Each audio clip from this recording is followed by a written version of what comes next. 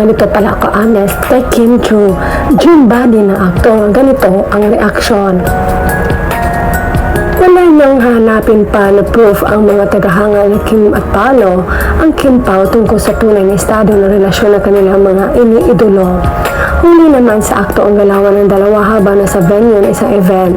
Habang naghihintay ang dalawa na mag-umpisa ang fun run, ay makitang kinalabit ni Kim si Paolo sabay bigay ang sipi na hawak nito.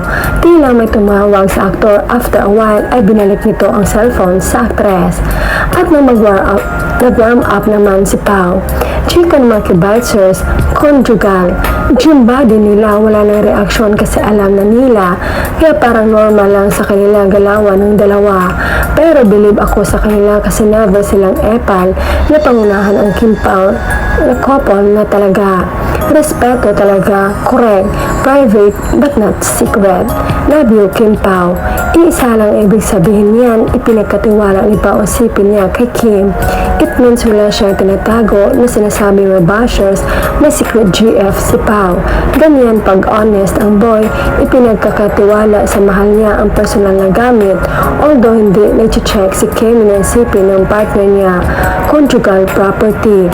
Ang cute lang tingnan. Kami mga timbahay, ito lang mga ayuda inaabangan namin.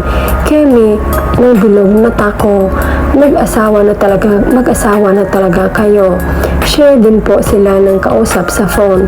Si Kim na daw dapat ang kontakin ng mga gustong makausap si Pao. At dapat alam ni Pao kung sino-sino tumatawag kay Kemi. Maliban sa sinusuot pa check. Hanggang cellphone na din pero hindi siya siloso ha. Baka sabihin niyo siloso si Pao. Parang ako dito, nilalanggam, hindi sila. Yes, sisi, kinilig ako. Kahit lagpas na ako sa kalendar. Gagalaitin na naman mga bashers. Halatang si Kim ang unang sumagot sa tawag, galawang may karapatan talaga. Ang mga bodyguard magpapatunay. Yung nagsasabi promo lang yan, asa na kayo, siguro nakita niyo na kung ano sila, sharing sa lahat. Pati tawag sa CP, sharing din. Daming bashers na atakihin sa pagkabiter ngayon. Secret GF, pasok. Panatag na panatag pati ang cellphone. Napakabait ng asawa yan. Baka tinawagan si Sir Paolo kaso di sumasagot kaya si Miss Kim at tinawagan. Alam na magkasama. Feeling ko family ni Sir Pao tumatawag, nagtatanong kung what time sila akyat ni Miss Kim sa Baguio bukod sa Mother's Day. Baka doon din boboto si Sir Pao, andoon din sila mag-celebrate ng birthday niya kasama si Miss Kim. Charot lang, gumawa lang ako sariling dilolo. Wala talagang maitatago ang Kim Pao kasi pati tawag sa CP, binabantayan pa.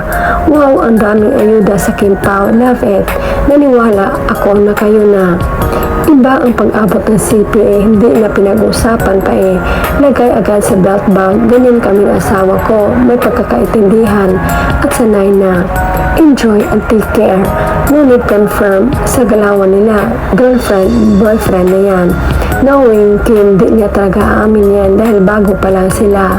Makita niyo pag a years na sila, aamin na niya yan. Love this. Doon ako sa CP, hahimlay, malala, Kim Pao, love distant forever. What you see is what you get.